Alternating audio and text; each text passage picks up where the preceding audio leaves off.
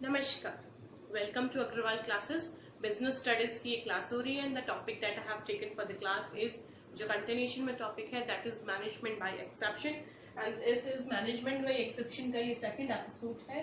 I have already made first episode of management by exception का मैं already एक step बना चुकी हूँ जिसके अंदर meaning, definition and how MBE works, उसके लिए जो स्टेप्स होते हैं चारों पॉइंट्स वो मैं उसमें डिस्क्राइब कर चुकी हूँ। If you have not watched, I request you should watch it. And in this video, I am going to discuss, give you brief or just intro about that MBE, थोड़ा सा आपका revision point of view से. Plus, I am going to include advantages and limitations of MBE in this episode, in this video.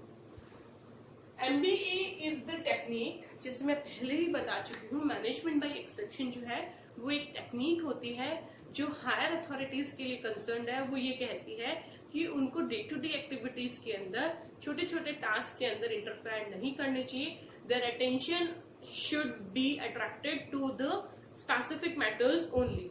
It says that the attention of the higher managers should not be attracted in all tasks and matters which are regularly giving the results of prescribed outcomes.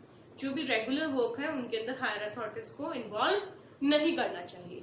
Those tasks should be done by the subordinates only. The attention of the higher officials should only be attracted to the circumstances and matters which are arising out of the exception.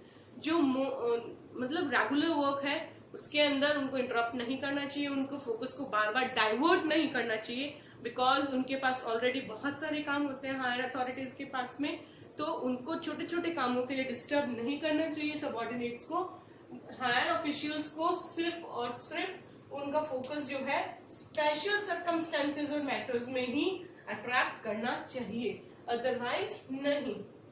तो ये बातें हुई उसके बारे में। अभी मैं थोड़ी सी हिस्ट्री भी इसकी बता देती हूँ कि द हिस्ट्री जो है इसकी टेक्निक की वो थोड़ी पुरानी ही है, बट 19th सेंचुरी से इसको बिजनेस के अंदर आइडेंटिफाई किया गया है। By the end of the 19th century it has been identified in business also. और इसका जो क्रेडिट है वो क्रेडिट फॉर द आइडेंटिफिकेशन जो है इसकी एप्लीकेशन का बिजनेस के अंदर, वो स्पेसिफिकली जो फादर ऑफ साइंटिफिक मैनेजमेंट के रूप में जाने जाते हैं F.W. टेलर, उनको जाता है।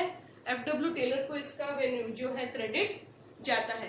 टेलर है और जो अदर लीडिंग जो साइंटिफिक मैनेजमेंट के जो लीडर्स हैं, जो मैनेजर्स हैं, they have considered this technique as useful for effective management. उन्होंने इसको एक बहुत इंपॉर्टेंट टेक्निक माना है मैनेजमेंट को इफेक्टिव बनाने के लिए, इम्प्रेसिव बनाने के लिए and prevention of excessive management के लिए, है ना। तो ये इसकी मीनिंग हुआ और ये इसका थोड़ा सा हिस्ट्री हुआ। F.W. Taylor in essence, short में हम कह सकते हैं कि जो इंपॉर्टेंस है इस सिस्टम की वो हम इन फॉलोइंग पॉइंट्स के थ्रू सीखेंगे। मैं आप लोगों को अभी बताने वाली हूँ एडवांटेजेस के बारे में जो बिजनेस के अंदर होने वाले हैं मैनेजमेंट बाय एक्सेप्शन से, जो भी एडवांटेजेस हैं। जो फर्स्ट पॉइंट है वो है best use of management time. जो टॉप मैनेजमेंट है, जो हायर अथॉरिटीज है, उनका टाइम जो है वो बहुत प्रीशियस है, कीमती है। So it will be used in more important work, not on the day to day small activities. छोटे छोटे कामों में उनका टाइम अब इंटरप्ट नहीं होने वाला है। द मोस्ट जो उनका ऑब्वियस इसका एडवांटेज है वो यही है एमबीई का, कि इसका इम्पैक्ट जो है मैनेजर्स जो है अपने टाइम को प्रॉपरली और ऑप्टिममली यूज कर सकते हैं।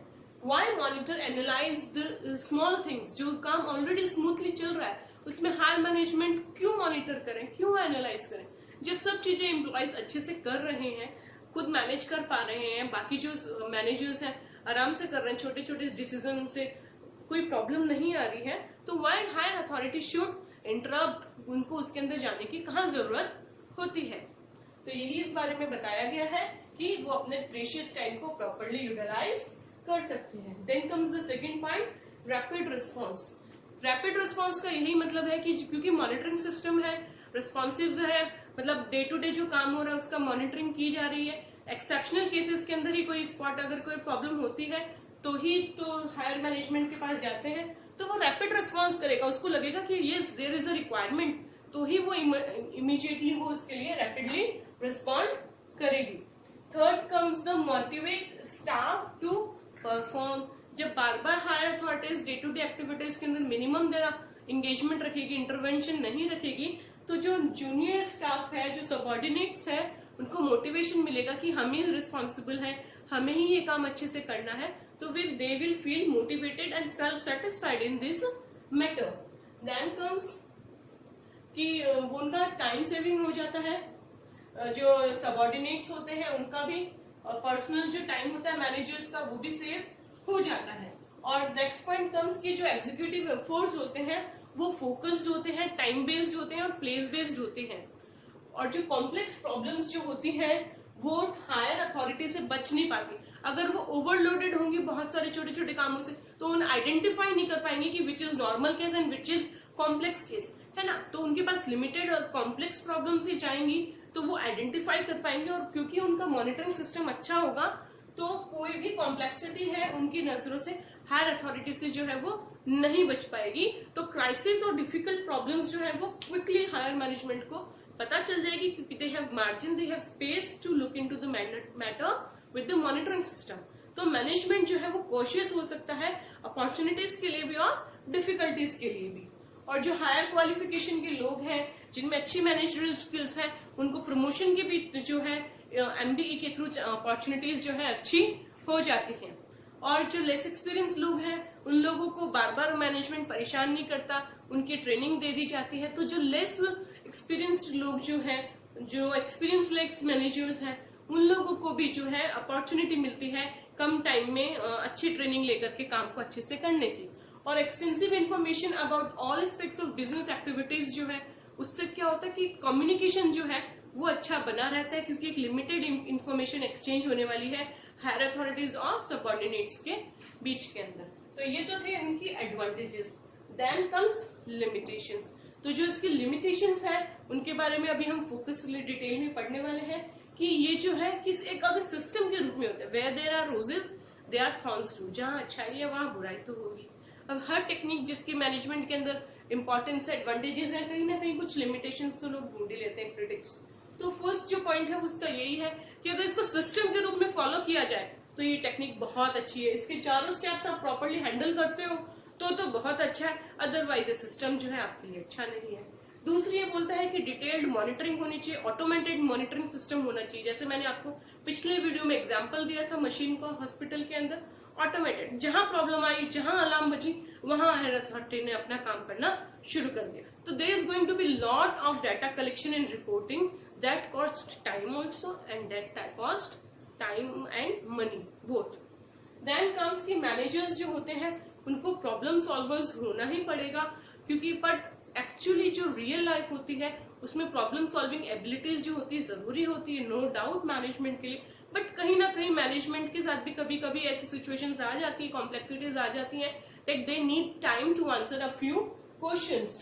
तो अगर वो ये नहीं होते हैं, क्विक रिस्पॉन्सिव नहीं होते हैं, रिस्पॉन्स देने वाले इमीडिएटली प्रॉब्लम सॉल्वर्स नहीं होते हैं, तो इट बिकम्स अ लिमिटेशन। और जो फ्रंटलाइन स्टाफ होता है, मैं ऑलरेडी नो कुछ सिचुएशंस में तो उनको पता होता है कि हमें क्या करना है क्या नहीं करना, बट फिर भी उनको पता है कि ये एक डेविएशन का मैटर है तो हमें इसके लिए हायर अथॉरिटी के पास जाना ही पड़ेगा।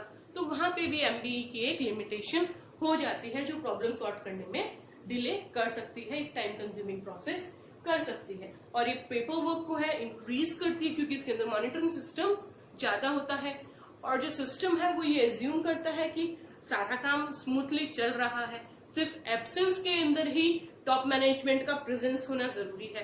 तो ये आइडेंटिफाई करना कभी कभी मुश्किल हो जाता है कि एक्सेप्शनल केस में कहाँ हायर अथॉरिटीज को जो है प्रेजेंस होने की जरूरत होती है अगर मॉनिटरिंग सिस्टम अच्छा नहीं हो तो। और दूसरी बात यह कि क्योंकि ये ह्यूमन बिहेवियर से डील करता है तो हो सकता है कि सबऑर्डिनेट्स जो है वो सही इन्फॉर्मेशन प्रोवाइड नहीं करे। ह्यूमन टेंडेंसी है कुछ लोगों की, तो वो फॉल्स सिक्योरिटी मैनेजमेंट को दे देते हैं, फॉल्स इन्फॉर्मेशन इंटरप्रेट कर देते हैं, तो भी कहीं ना कहीं एमबीई जो है वो फेल हो जाता है, एमबीई इफेक्टिव नहीं हो पाता है। बट फिर भी my dear students and viewers, I would like to say in spite of a few limited limitations, MBE is a very good technique.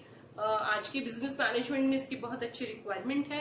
MBE technique को अपनाना ही चाहिए। सबऑर्डिनेट्स जो है उनको प्रॉपर प्लान देना चाहिए, और मैनेजर्स जो है हायर मैनेजर्स उनको एक लिमिटेड एरिया ऑफ स्पेस के अंदर ही जहां रिक्वायर्ड होता है, स्पेसिफाइड मैटर होता है, एक्सट्रीमली गुड और बैड सिचुएशन होती है, उसी में ही अपना इंटरवेंशन देना चाहिए। This was all about NDE. धन्यवाद।